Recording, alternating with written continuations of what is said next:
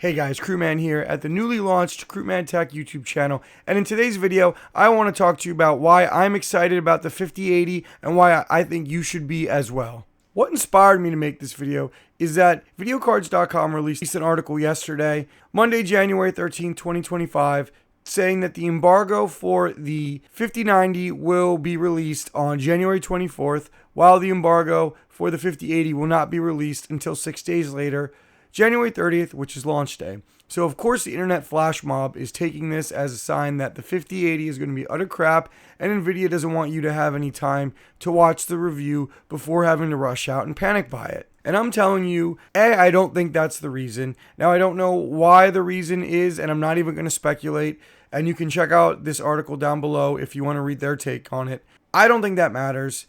And that, again, that is the point of this video, is I want to tell you why I don't think that matters. So let's start with the reasons I don't think you need to panic buy a 5080. Number one, it's got 16 gigs of VRAM. If you checked out my video on Crewman Mining, which is newly rebranded, guys, this is an unfortunate side effect of splitting my channels off. I have some great gaming content on my old mining channel, which I can't really pull over, but you still need to go check this video out, and it explains why 16 gigs of VRAM is a good thing. Basically, you're not going to have to compete with miners or AI bros to pick up a 5080 at launch, which is a positive for gamers.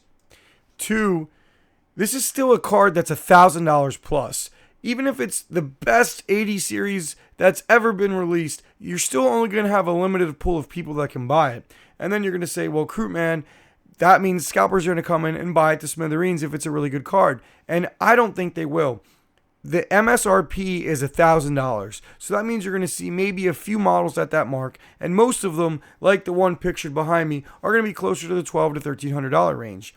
And if last generation was anything to go off of, people do not want to pay over, say, $1,400 for an 80 class card. Even $1,300, I don't think people are going to want to pay. So I think there's going to be a very, very low scalping ceiling for this card, which means I don't think that it's going to be able to be flipped. Now, maybe I'll be proven wrong on that, and I hope I'm right.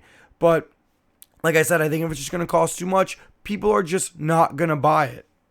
So that leads me to believe that we finally have an 80 class card that's going to be priced right correctly based on its performance, and that's not going to instantly be gobbled up by scalpers and crypto miners and AI farms.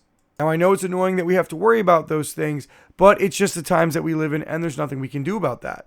Now, if we go off NVIDIA's own benchmarks, all we have to go off of is Far Cry 6, which you can see right over there. Now, it's not the best thing to make my comparison for my next argument, but it is what it is.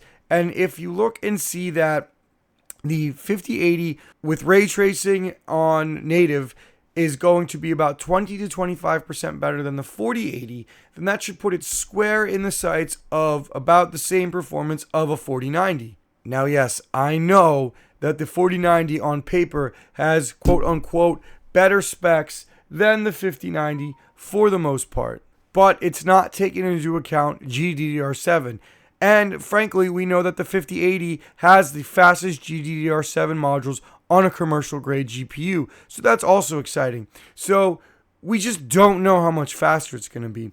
And I honestly think, now maybe this is hopium or copium or whatever you want to call it, but I honestly think you're going to find out that the 5080 is going to be a smidge, maybe 5% or so-ish faster than the 4090. And at $1,000, well, if you're lucky, it'll be $1,000, but most likely like $1,200. That is an amazing price. Could you imagine being able to play Indiana Jones with path tracing on, full ray tracing in 4K? I mean, look at how beautiful this looks. This is basically a screen grab of me playing on my 4090. I'm getting about 50-ish FPS or so, but can you imagine being able to play that on a GPU that's not going to break the bank? I know $1,200 or let's say $1,200, $1,300 isn't cheap, but it's a hell of a lot more affordable than the $2,000 plus that the 5090 is going to command, and that the 4090 currently costs right now. I mean, you could build an entire PC for the rest of that budget. right? So you could literally build a 5080 gaming PC for less than the cost that a 5090 or even a 4090 is going to cost you right now. And that is a huge win for high-end PC gaming, if you ask me. And another reason that I am very, very excited for the RTX 5080. Anyway, guys, that's it for this one. Thank you so much for watching why I am excited for the 5080 and why I think you should be excited for the 5080 too. Finally, a graphics card that's going to give us next-gen 4K performance at a semi-affordable price. Honestly, it's not a bad move by Nvidia, especially considering that they control the entire high-end 4K gaming market and they have no competitors but themselves. So, thank you for watching this one. Please like and subscribe for more GPU, CPU, gaming, PC build content. I've got a lot of great things coming to this channel, and we're going to be cranking out a lot of content left and right. Alright guys, that's it for this one. See you on the next one.